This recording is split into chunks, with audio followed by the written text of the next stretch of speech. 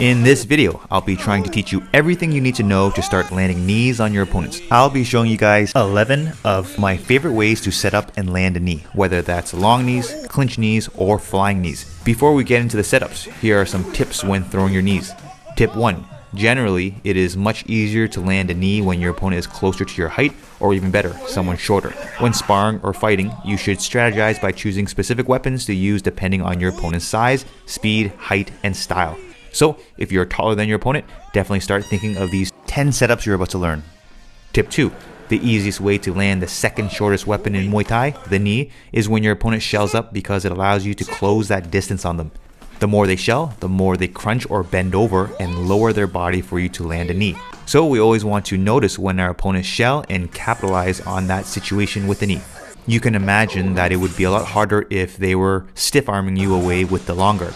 You can also see that if my opponent doesn't shell up, it is pretty obvious when I'm attempting a flying knee and they will either move back to evade or just teep me. And tip 3, unless you are super tall, long, and have great flexibility, throw spike knees by flaring your heel to the side. This helps you drive your knee into your opponent's body versus kneeing upwards and hitting nothing. And especially against a taller opponent, you don't want to accidentally kick them in the groin. Now, before we continue, I'm super excited to share with you my 50 heavy bag technique and conditioning program. That's right, this program consists of 50 heavy bag workouts that focuses on developing explosive power, speed, balance, cardio, rhythm, flow, and fluidity in your striking, while sharpening your technique and learning my full striking system from basic to advanced. Each round includes a detailed technique breakdown, followed by the follow-along workout in both video and audio format. You'll be learning more than just offensive combinations, but footwork, head movement, counters, fakes, feints, setups, and more. You'll never get bored as you can work out 3 times a week for 4 months without repeating the same workout. You can solo train by popping in the audio clips to your headphones and train on a heavy bag at the gym, or if you have your own heavy bag, you can blast the video on a large screen TV to follow. For more information, check out the link in the description box below. So, the first setup is the marching fake knees. I first learned it from my coach, Mark Holst. Essentially, you are faking a knee by lifting your leg up, then stepping down and lifting your other leg to fake another knee, and once you get close enough, you throw your long knee. Since learning it, I have innovated into what I call the salsa dance, and some others who have seen me do it call it the zesty walk. You might find it funny or silly, but it works because it can confuse or freak out your opponent, which often leads them to shelling up, which again is one of the key things that makes it easy to close the distance and land that knee. If my opponent shells up, I always knee. If the situation is right, try a flying knee. Of course, it only works for so long if you do it too much. If your opponent knows what you're up to, he can easily counter with a teep. But that's the same with any technique you use too much. But if I know my opponent will counter, I can be ready for it and counter the counter. Setup 2, a variation of the first setup. I took Sanchai's double stance switch to make my opponents think that I'm going to throw a switch kick, but then I switch back in my stance and lift my rear leg up to fake my right knee. Then I step down and into my left long knee. You should always learn a technique or concept and play around with it to find out what works for you. I'm sure you guys can come up with your own variations after watching this. You need to play to get better. Training doesn't always have to be so serious. Here's another funky setup I learned from pro Muay Thai fighter Jake Lee. This setup's purpose is to fake a double step low kick or a skip knee in the clinch. Step your rear foot down, then replace your rear foot with your left foot as you kick your rear leg back, as if you are in the clinch and throwing a skip knee. But instead, that rear leg is going to step forward and into that left long knee. Again, the purpose of this is to confuse your opponent, maybe get them to shell, and then right into that knee.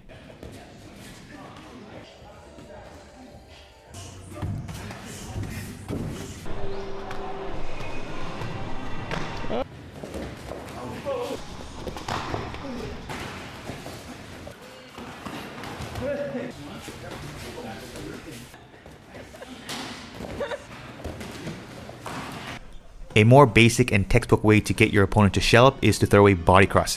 Hitting the body can often make your opponent crunch and shell because they want to block the body punch with their elbows or arms. If your opponent does shell, throw that long knee. If you'd like, you can also throw flying knees. If your opponent doesn't back away and shells up, push off both feet and jump into your rear flying knee. The flying knee and knees in general are significantly more easier to land when your opponent is your height or shorter, for obvious reasons, as mentioned earlier. When jumping into your knee, try to jump high enough that you are a head above your opponent's head. and use your arms to push down on your opponent's shoulders or head to elevate you up. The cross doesn't need to be to the body, it can also go to the head.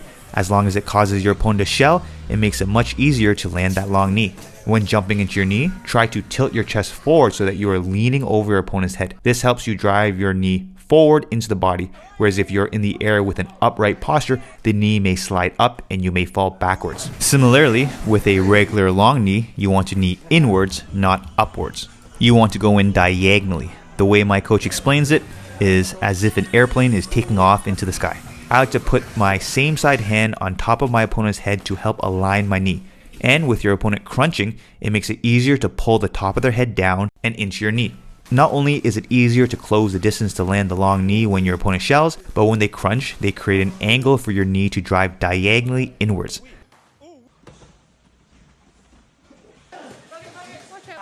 Another simple way to try to get your opponent to shell is to throw that left hook. And if the situation is right, throw that flying knee. So again, you can see the trajectory of the knee. It goes in diagonally. You can see I threw a spike knee as I flared my right heel. Finally, make sure you stand tall and go up on your tippy toes to get that extra boost in power and height so that you can hit your opponent and not his groin. As you can see, sometimes if you miss while throwing that left hook, your left arm ends up naturally wrapping around your opponent's head and right into the clinch, in which you can now pull them into your knee, just like in the previous example.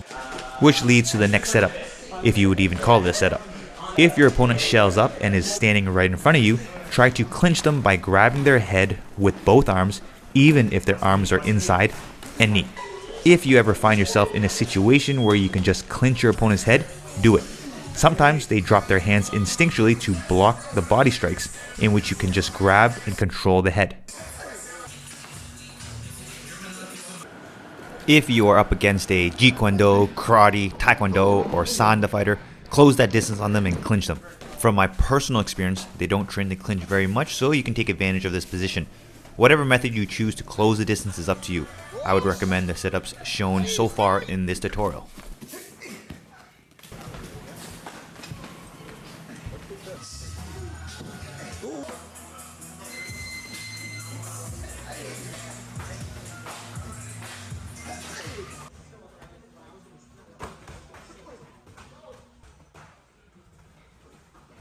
So what happens when your opponent does not shell up? Say they use a long guard.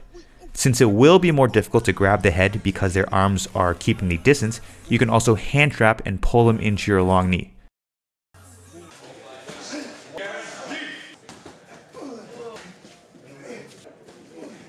Now let's not forget about our jumping knee option.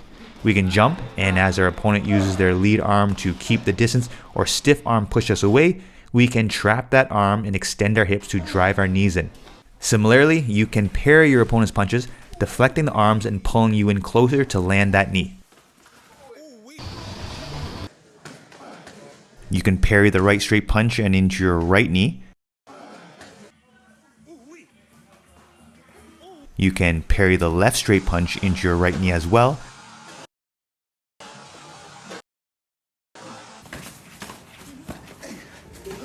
And finally, you can also parry the left straight punch and into your left knee or switch knee.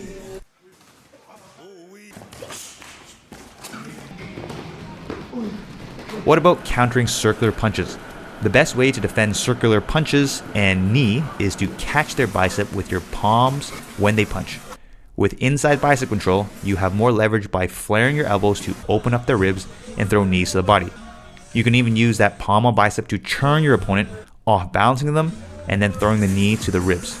And as usual, we also have the option to throw more power by jumping into our knees.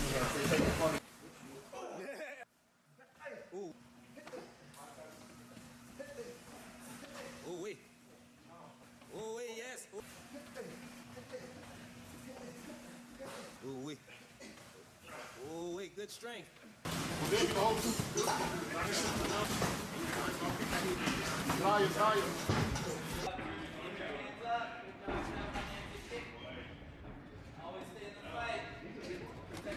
The next setup is our intercepting long knee.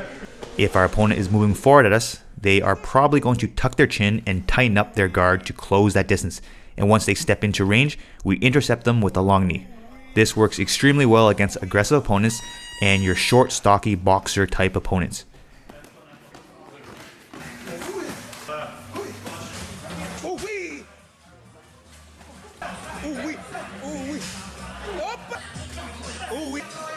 Oh my goodness. Ooh wee.